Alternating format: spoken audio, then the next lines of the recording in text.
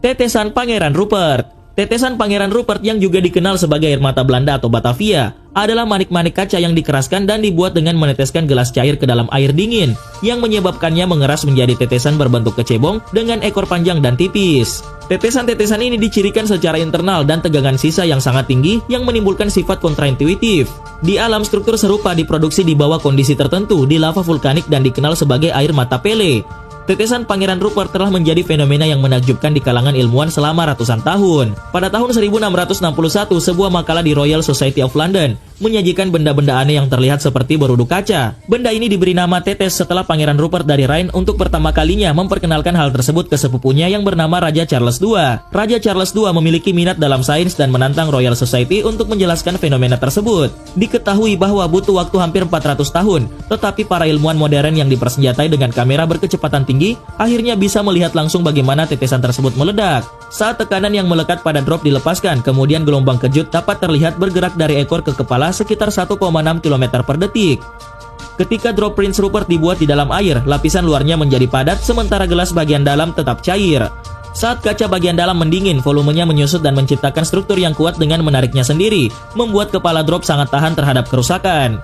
Tetapi begitu ekor yang lemah patah, tekanan dilepaskan, memungkinkan seluruh tetesan meletus menjadi bubuk halus. Cahaya bergerak ringan. Meskipun cahaya secara teknis adalah satu-satunya hal yang dapat kita lihat, namun secara langsung kita tidak pernah dapat melihatnya bergerak. Beberapa saat setelah kita membalik saklar lampu, cahaya dari bohlam telah melintasi dan memenuhi seluruh ruangan. Begitu cepatnya cahaya sehingga hanya pada skala terbesar kita dapat melacak pergerakannya. Menggunakan kamera yang mampu mengambil 1 triliun frame per detik, para ilmuwan telah dapat membuat video cahaya yang bergerak melintasi benda-benda sehari-hari seperti apel dan botol kok. Menembakkan pulsa laser yang hanya berlangsung selama 1 kuadriliun per detik, para peneliti dapat menangkap berapa banyak jumlah cahaya yang melewati hal-hal atau benda-benda tersebut.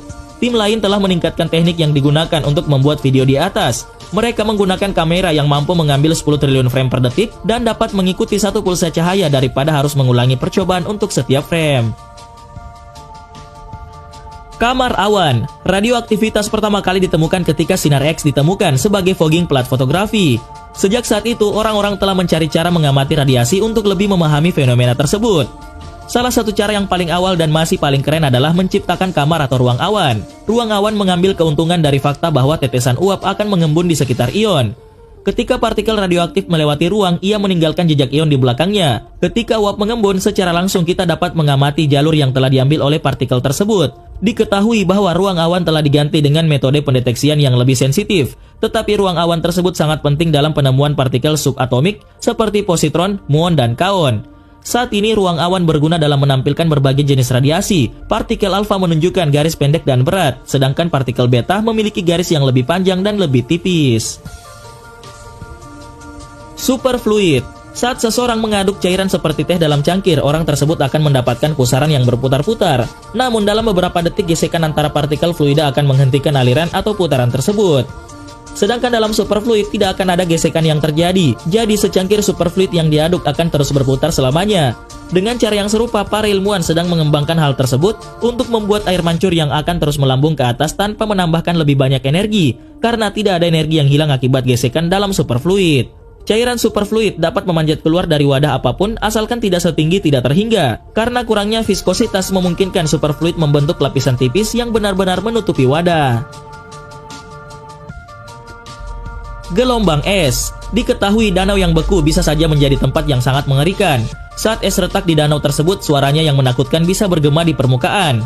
Jika kita melihat ke bawah danau, kita mungkin dapat melihat binatang yang membeku dan terperangkap. Tapi mungkin kemampuan yang paling menakjubkan dari danau beku adalah membentuk gelombang es kemudian menabrak pantai.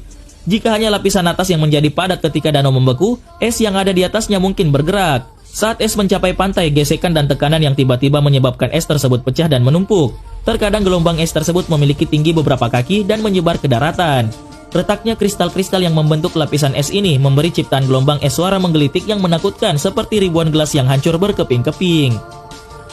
Gelombang kejut vulkanik. Sebuah letusan gunung berapi adalah ledakan paling kuat yang mungkin dilihat oleh manusia di bumi. Dalam hitungan detik, energi yang setara dengan beberapa bom atom tersebut dapat meluncurkan ribuan ton batu dan puing-puing panas ke udara. Sebaiknya jangan terlalu dekat ketika hal tersebut terjadi. Namun beberapa orang ingin tahu tentang hal-hal dan akan tinggal di dekat gunung berapi yang meletus untuk merekam hal tersebut. Pada tahun 2014, Gunung Tafurfur di Papua Nugini meletus dan gelombang kejut bisa terlihat bergerak ke atas awan. Gelombang kejut tersebut pecah di atas kapal dan hal itu terlihat seperti petir. Ledakan yang menghasilkan gelombang kejut mungkin disebabkan oleh gas yang menumpuk di dalam gunung berapi ketika magma memblokir lajunya. Pelepasan gas ini secara tiba-tiba menekan udara di sekitar gunung berapi dan menghasilkan gelombang yang meroket ke segala arah.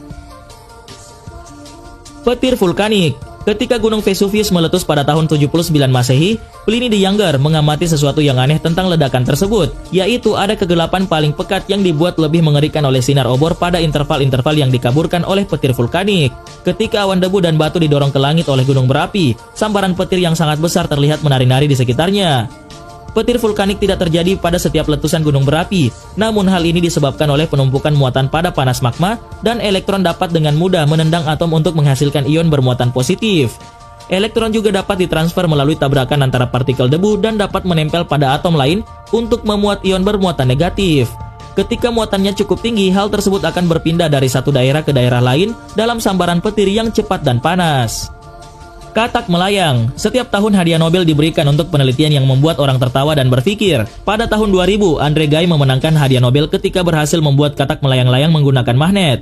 Geim telah menemukan bahwa medan magnet dapat bertindak cukup kuat di atas air untuk mengatasi tarikan gravitasi bumi. Sebelumnya ia menggunakan bahan diamagnetik yang tanpa medan magnet keseluruhan atau dianggap tidak banyak berinteraksi dengan medan magnet. Dalam penelitiannya, Geim pindah ke tetesan air ke hewan hidup termasuk katak. Diketahui bahwa saat ini semangat memenangkan hadiah Nobel agak berkurang ketika Geim memenangkan hadiah Nobel nyata untuk bagiannya dalam penemuan grafin.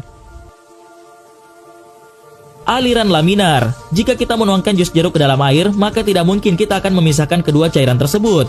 Tetapi menggunakan sirup jagung yang dicelup, kita bisa melakukan semua hal itu. Hal ini disebabkan oleh sifat khusus sirup sebagai cairan dan sifat khusus ini disebut aliran laminar. Ini adalah jenis gerakan dalam cairan di mana lapisan cenderung bergerak dalam arah yang sama satu sama lain tanpa pencampuran.